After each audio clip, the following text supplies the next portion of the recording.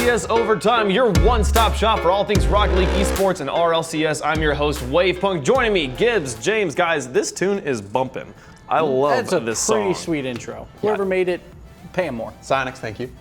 Yes. I heard it one time, and I was humming it the whole rest of the day. Like, it's just, we've been sitting here, like, just during the show, just humming it.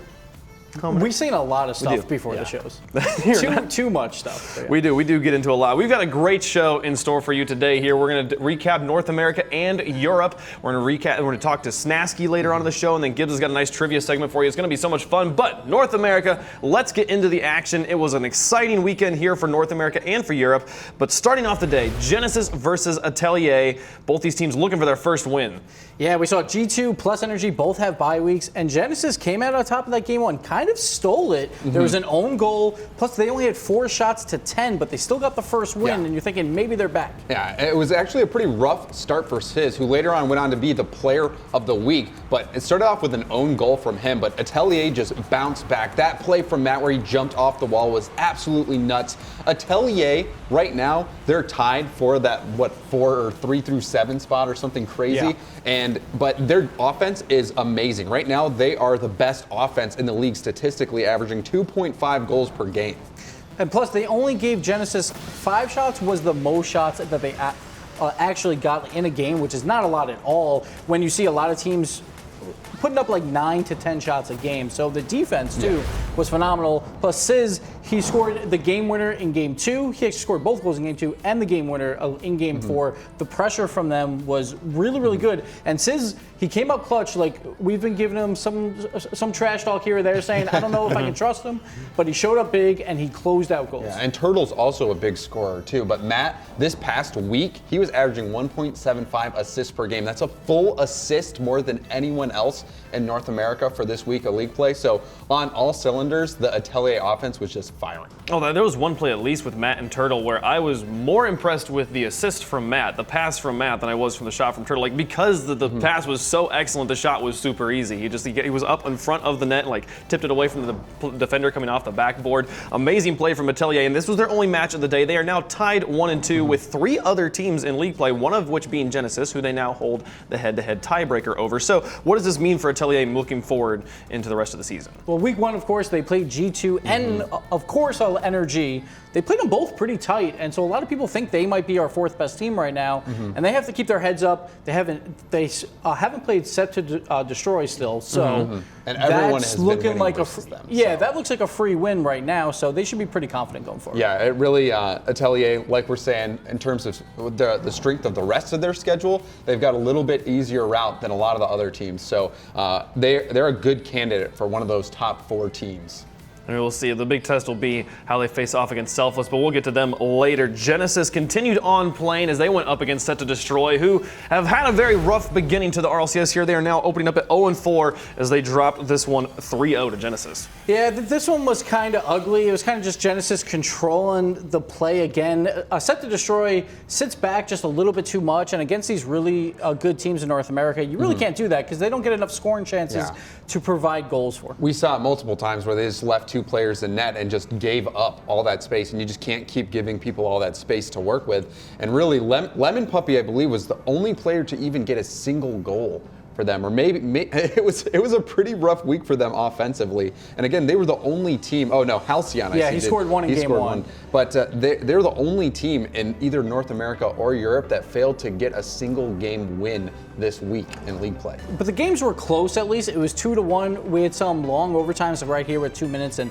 33 seconds. So Genesis at the same time, they did win 3-0, but it wasn't too convincing. Sure. When Set to Destroy didn't have many offensive opportunities, but their defense has been good. But winning 2-1 every single game is probably not going to cut it later on. Like, you hope that they can pick it up a little bit more. And it was good to see Genesis get a full clean sweep, a team that we're really hoping can do well. One of the teams that is right now the contender for that 4th place spot, because the top 3 teams are all undefeated, but then there's that 4-way tie, 1-2 score record on the standings right now. So Genesis, one of the teams in the running for that, and they finished off the week here 1-2, dropping 1 and gaining 1. They got their first win. Now they're going to try and just move forward off of that win. Yeah, I'm kind of concerned for them though. Their mentality on Twitter, at least, I think it's a lot for show. But at the same time, when they just say lull, like after a game, like when they lose, it's not the greatest thing that you want from teammates. So I'm a little worried about their mentality going forward.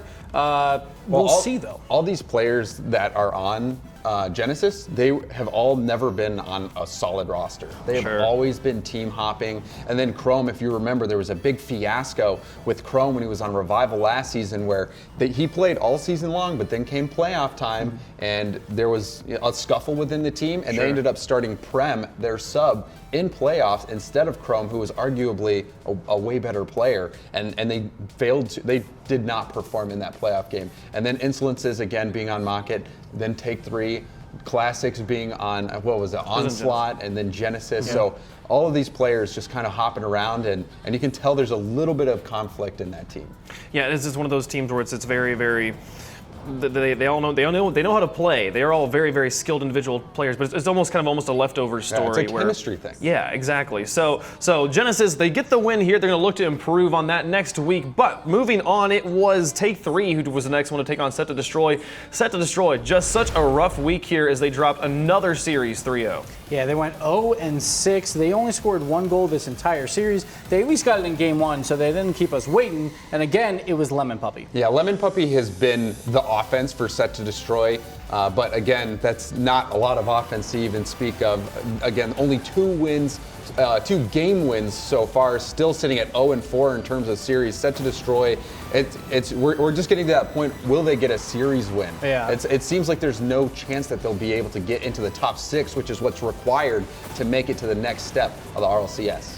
But sometimes we see in Game 3 when they play Genesis, they actually did get 10 shots on the board. Here for their Game 3 as well, they got more shots than any of their other games with 7. Sure. So it seems like they warm up to the series, but it's like you already played 3 games. You have to come out on fire basically for games 1 and 2, but they're extremely flat coming out. Take 3, pretty simple win for them, and it was a big confidence booster for them because they had a terrible week 1. Yeah, they needed to get that victory. That was a must-win game for Take 3, and they got it, so they're still in the running. There's still plenty of time left in the season for them to try to finish in that top 6 spot, but again, they were looking a little shaky. They had a great start against Selfless, which we'll see, but sometimes the Take 3 offense can just stagnate a little bit. Yeah, well, they were on fire in this series, though. They were able to get the win 3-0, and with Set to Destroy, I want to get you guys' thoughts about this. We see Set to Destroy, they named one of the teams who was able to knock out Iris, or part of the whole situation where Iris didn't make it in to the qualifier. They took that spot, and we're not seeing them showing up on the day here, or showing up on the kind of the consistency that we need to see from a week play, but they showed up on the day during the qualifiers. So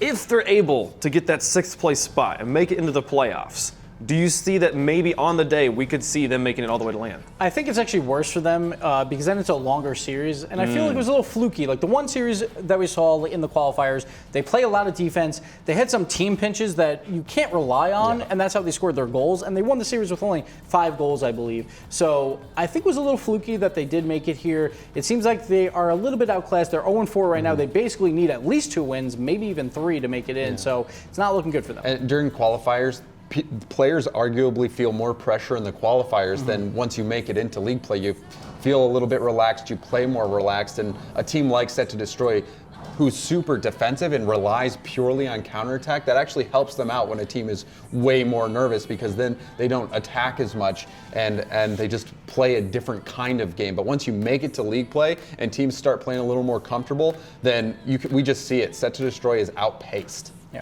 They certainly are. So, but Take 3 able to just demolish Set to Destroy in that series. They moved on to face off against Selfless, who is a formidable squad right now, absurdly talented, and we got our reverse sweep of the day here. And we thought that Take 3 might actually show up finally. Like, all right, like a confidence booster of a win. They play Selfless, take the first 2 games, 12 shots in game 1, and in game 2 they outshot Selfless 10-1. Which was incredible. So a lot of people think, oh, look at this, maybe it's a sweep. In that game 1, we didn't get to see it, but in that game 1, that was absolutely nuts. Where Take 3 was down 4-2, and then they brought it back, forced overtime from that insane Espeon last-second shot, and then ended up taking the win in overtime. So Take 3 had a really good showing. Their offense was looking great this game, but there's just something about Selfless. They're like the leftovers of North America when it comes to winning Game 5. Yeah, that Game 3, though, was huge for them. They got outshot 10-1, as I said, in Game 2. The Game 3, they outshoot them 12-2 and win 4-0. It's like, we're still alive, we're still playing. They know how to play when they have 2 losses on them, so that's a good confidence boost for playoff time when the pressure is extremely high. Now, Take 3 is one of the 4 teams that is in that 1 win, 2 loss pack in the middle of the standings right now. And is there a situation where they are the favorites for the number 4 spot? For me, no, because they still haven't looked that great to me. Take 3 and Genesis, I feel like, are kind of in the same boat where I thought they would do a lot better before. Sure. During the offseason, they were playing a little bit better, and they've kind of fell down a bit while everyone else is climbing. So I am more worried about them than Genesis. Like, I actually think that they'll be the ones not to make playoffs. I think that there's still plenty of time left in league play. If we're going to say the snapshot of how they're playing now, it's not looking promising. Yeah. But I've seen how Zane Jackie can play. Like that guy, when he was playing with Rizzo on Take 3, the connection that those guys had was stellar, and he could just hammer shots on net from almost anywhere. So if they can figure out the formula, I think they've got the talent to make a run for it. And like we said, once you make that top 6, you just have to have one good series to move on that day and play well. So I'm not going to count them out just yet, but I will agree that they are looking like one of the weaker teams in North America. I'm excited to see how they will play moving forward. But Selfless, they had a 5-game series here against Take 3, and then their 5-game series weren't over as they took on the Canadian squad Denial, went the full distance of the 5 games, but they were able to pull off 2 wins here in this week number 2. And game 5s, if you can win those, it could mean the difference from a top 2 spot or being out of the playoffs. Right now, Selfless is proving that. Denial, like I actually had pinned to win this game because they were looking pretty strong during week 1. They barely lost to G2. Like, it was a 3-0 sweep, but every game was extremely close. But Selfless coming out once again, coming from behind. They were down 0-1 and then down 1-2 and still came back and won the series.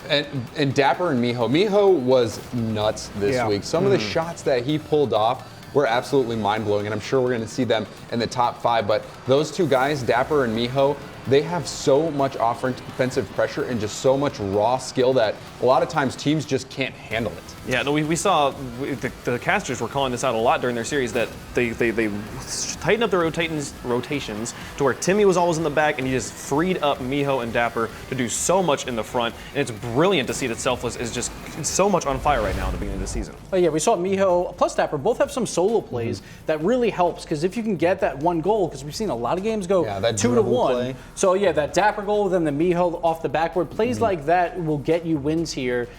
And if you're pretty solid besides that, then it might be like a 2-2 series, but that one solo play could throw you over the top. Oh, yeah. Now, I want to get your thoughts on Denial. This was their only match of the day, and they took it all the way to Game 5, but as we've seen, Game 5 wins series here, and so Selfless wins it both times. What does Denial need to do? Is they are the 4th team that makes them that 1-2 score margin right now.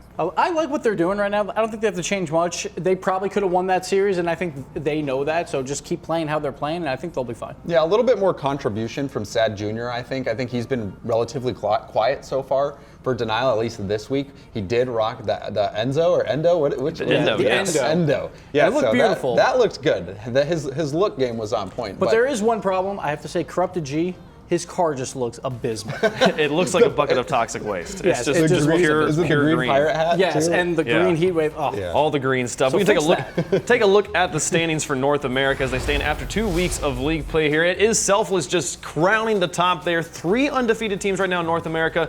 But then the big story right now in North America, that 4th through 6th place spot, or the 4th through 7th place spot rather, of the 1-2 score margin. Yeah, exactly. Only 3 of those teams can make it to playoffs, and one of them is going to have to play either Selfless, G2, or Energy, so you don't really want that 6th spot either. So it's going to be a battle to the very end. And we saw it last season in North America. Who made it into the playoffs? It was up to win percentage from the tiebreakers, because so many people were tied at 2 and 6 that it came down to win percentage. So win percentage, we might see that rule come back into play. So if you're not sure what that is, go check rlcs.gg/rules. I think that'll take you right to it. It's fun read. Yeah, it's a fun read. There's a lot of stuff there. Yeah, great place to check out Rocket League action if you want to be reading up on it. If you want to be a part of the conversation, be sure to tweet at us at RLCS using the hashtag RLCSOT for RLCS Overtime. It's been fun here. This has been our kind of our recap of what happened this week. And if you didn't get to see any plays, you're like, oh, I want to see the great plays. Don't worry, we got you covered. The top 5's up right here. It's Leaf and Findable Carp are going to take us through the action. Take it away, boys. Welcome down to the big screen where we have the big action. We have North America to cover right now, and as is the first week, we saw a lot of good plays from them in the second week, and those reverse sweeps were not going anywhere. They were still going off. I mean, it's not just mechanical ability, it's also your mental ability to stay in the game being able to get these reverse sweeps is a huge key, and being able to see these players make the decisions is a lot of part of it. Yeah, well, speaking of scene, we have our top 5 plays from North America. And who better start off with than off the top, number 5, we have Miho.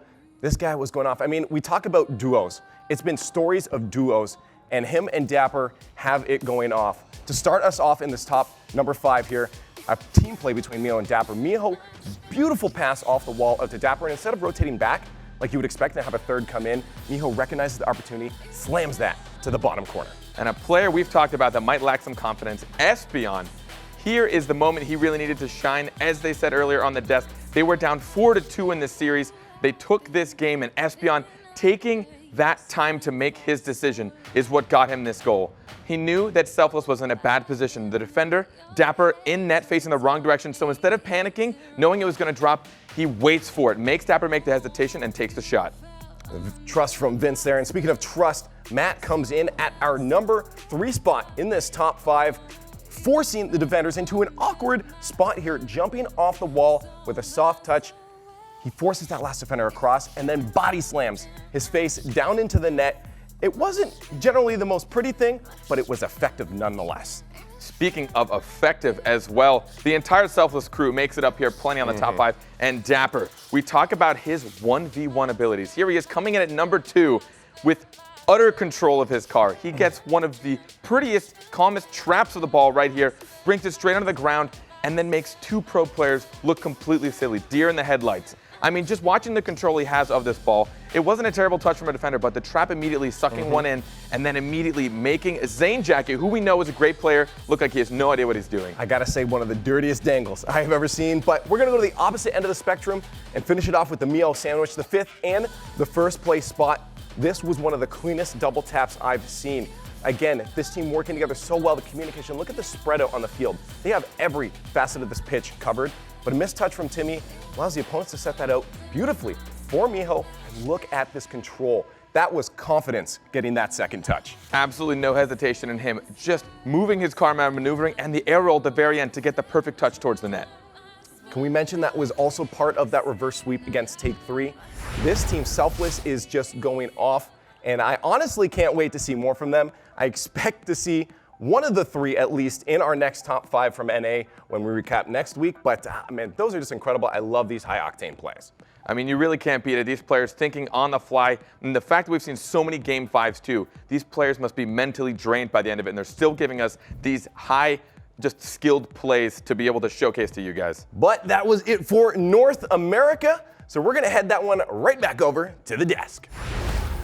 Thanks so much, Leaf. As you would expect, our team that is 4-0 in North America is all over the top of our top 5 plays. These guys just lighting it up with so much exciting action in week number 2, but week number 3 is not going to disappoint. We have so much in store for you here, so we're going to have Rocket League action all day. And the story of week 3 again will be Selfless playing 2 matches. Their final match is against G2, the only game for them that day. That one should be great. It could be Selfless at 5-0, trying to clinch a number 1 seed. Yeah, we're only going to have 2 undefeated teams next week if NRG and either Selfless or G2 win. So it's going to be a lot of fun to watch. Huge match for Selfless. Going to be some crazy action. Cannot wait for that 5th series of the day. But that does do it for our North America recap. When we come back, we're going to hop the pond and do it again. It's your European recap coming up after the break. Don't go anywhere. We'll be right back.